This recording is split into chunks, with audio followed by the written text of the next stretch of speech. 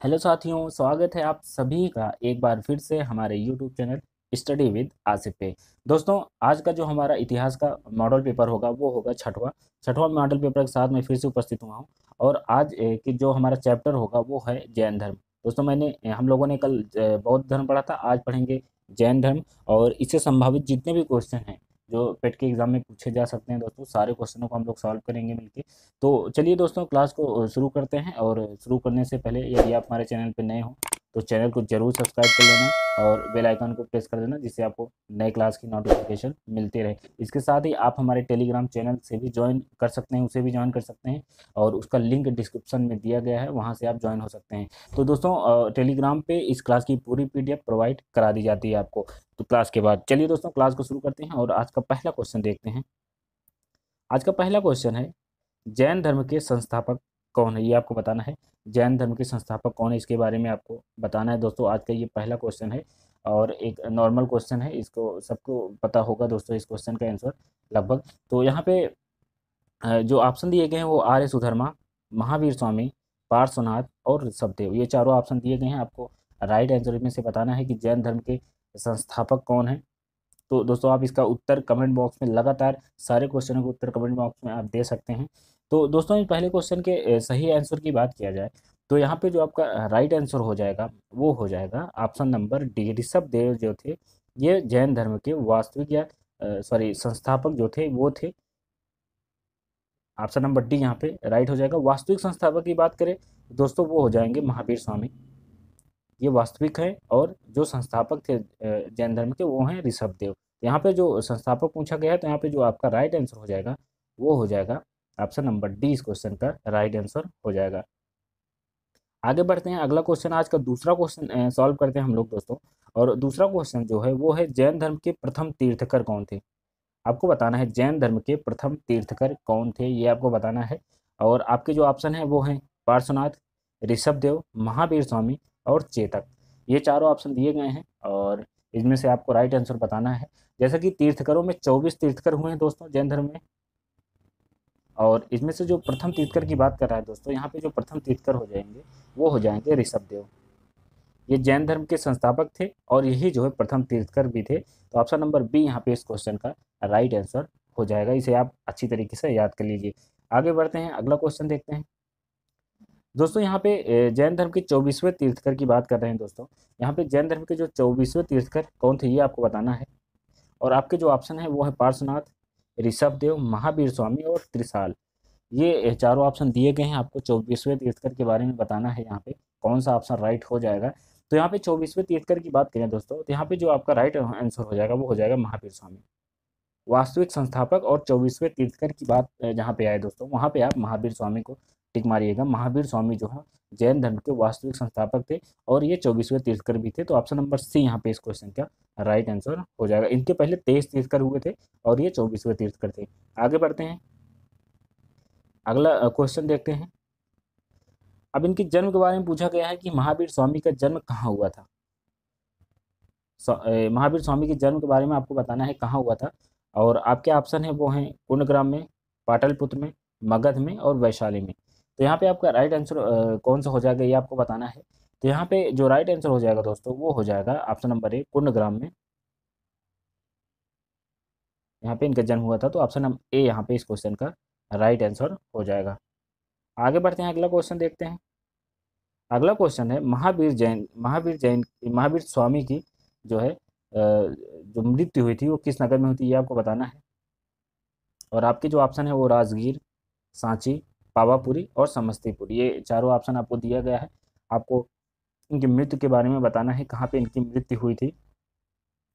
तो यहाँ पे इस क्वेश्चन के राइट आंसर की अगर हम बात करें दोस्तों, महावीर स्वामी के मृत्यु की बात करें तो यहाँ पे जो उनकी मृत्यु हुई थी वो हुई थी पावापुरी में, इनकी मृत्यु हुई थी। ऑप्शन नंबर सी यहाँ पे इस क्वेश्चन का राइट आंसर हो जाएगा। कुंडग्राम में जन्म हुआ था, पावापुरी में इनकी मृत्यु हुई थी। तो ऑप्शन नंबर सी यहाँ पे इस क्वेश्चन का राइट आंसर हो जाएगा। आगे बढ़ते हैं, अगला क्वेश्चन देखते हैं। तीर्थकर शब्द जो है वो संबंधित है, किससे संबंधित है ये आपको बताना है। तीर्थकर जो शब्द है ये किससे संबंधित है ये आपको इसमें बताना है। और जो ऑप्शन आपको चारों दिए गए हैं वो हैं बौद्ध धर्म से, ईसाई धर्म से, हिंदू धर्म से या जैन धर्म से, किस धर्म से तीर्थकर शब्द जो है संबंधित है, ये आपको बताना है।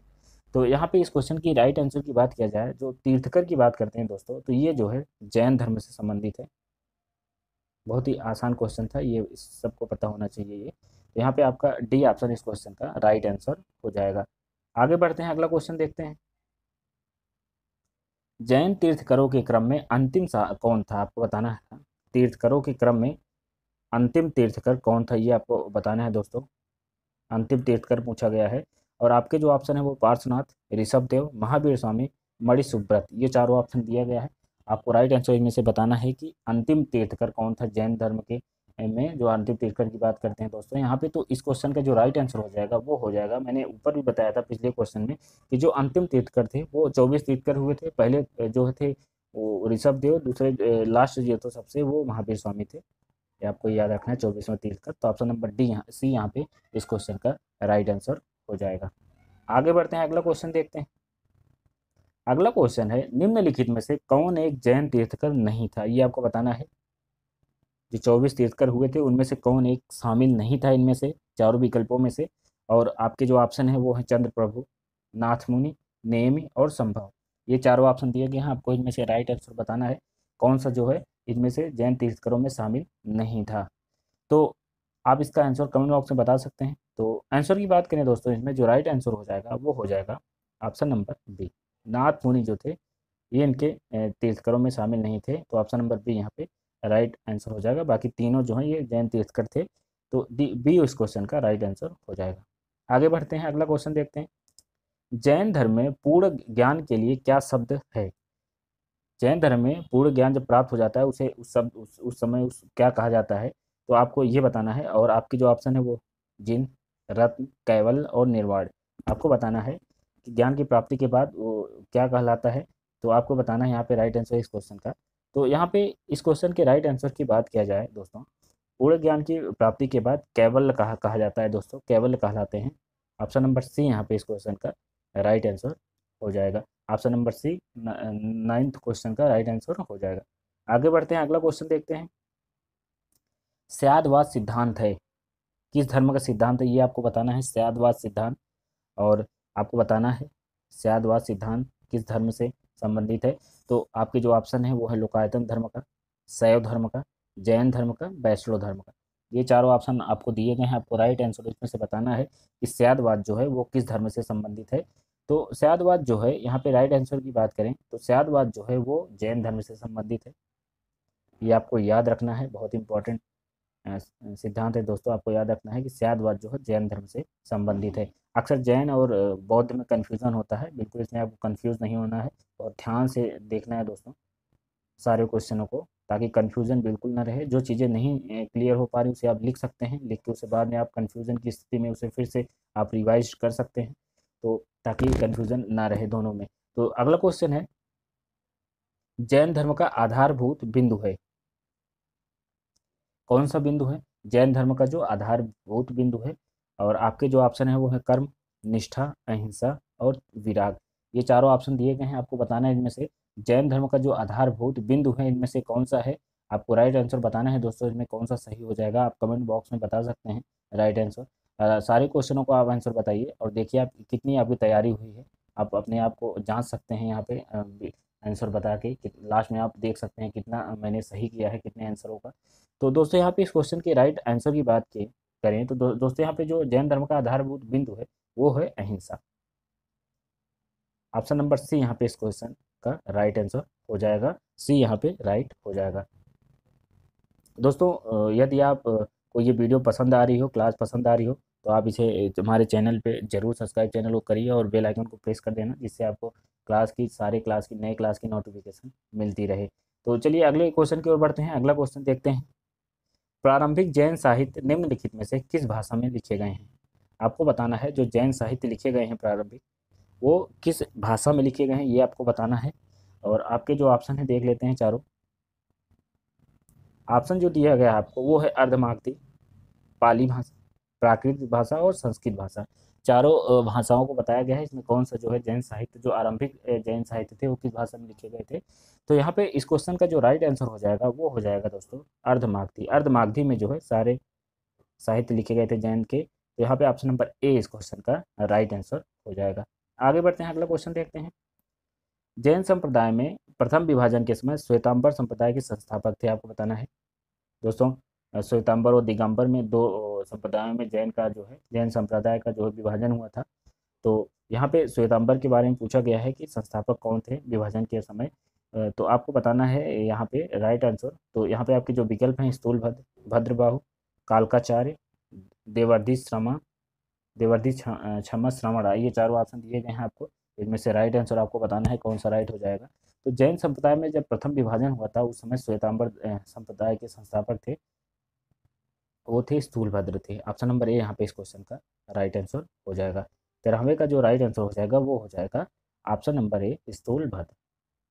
आगे बढ़ते हैं, अगला क्वेश्चन देखते हैं। भगवान महावीर का प्रथम शिष्य कौन था, आपको बताना है। भगवान महावीर का प्रथम शिष्य कौन था ये आपको बताना है। और आपके जो ऑप्शन हैं वो हैं जमाली, योशूद, विपिन और प्रभास, ये चारों ऑप्शन दिए गए हैं। आपको राइट आंसर इनमें से बताना है कि भगवान महावीर का जो प्रथम शिष्य था इनमें से कौन था। ये इंपॉर्टेंट क्वेश्चन है, आपको याद रखना है इसको।